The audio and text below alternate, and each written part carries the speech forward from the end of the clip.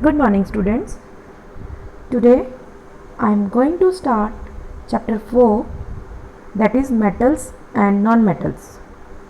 Students, the materials present in our surrounding are classified into two categories, that is metals and non-metals, and these are classified on the basis of their shiny nature, flexibility, conductivity of heat and electricity, hardness, etc. So firstly, let's discuss about metals. Metals are the materials with which you deal in your day-to-day life. As you can see at your home, the main gate of your home, window grills, taps, utensils that are used in your kitchen, jewelry and ornaments that your sister or mother is wearing in the form of ring, chain, earring, etc. And all these are the metals. So we can say that metals are the materials which are shiny, flexible and conduct heat and electricity. So there are some examples of metals like silver, gold, copper, iron, aluminium, mercury, zinc, platinum, etc. Now the next topic is physical properties of metals. There are some properties that are physical properties of metals that are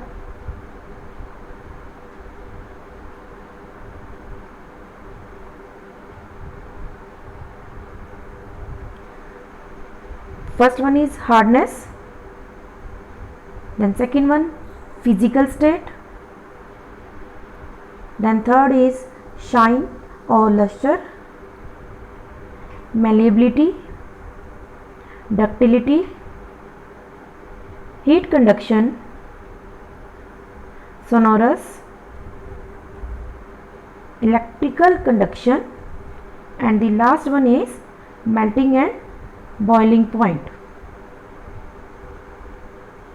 Now we will discuss all these properties one by one in detail. The first one is hardness. This is the first property, that is hardness. Metals are generally hard. For example, copper, iron, aluminium, zinc, etc. But there are some exceptions, that is sodium and potassium. These are the metals which are soft and can be cut easily with the help of a knife. Now the second property, that is physical state. Metals are generally solid in state at room temperature except mercury. Mercury is a shiny liquid that is present at the liquid state at room temperature, and it is used in thermometer. Now the next property is shine or luster. The shine in metals, that is called luster, and all the metals that are lustrous like gold and silver that has shine on their surface, that's why they are used for making jewelry. Now the next property is malleability. Metals are malleable.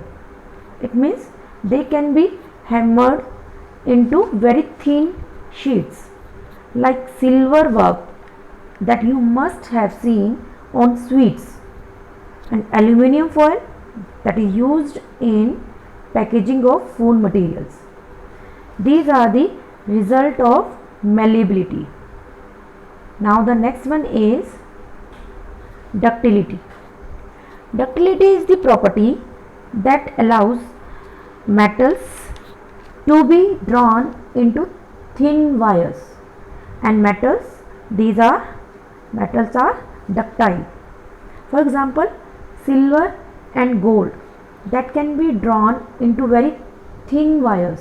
That's why these metals that are used for making jewelries in the different shapes. Then electrical wires that are made up of copper or aluminium that are also the result of ductility. Now the next property is heat conduction. Metals are good conductors of heat. That's why utensils that are used for making food are made up of metals. Now the next one is sonorous.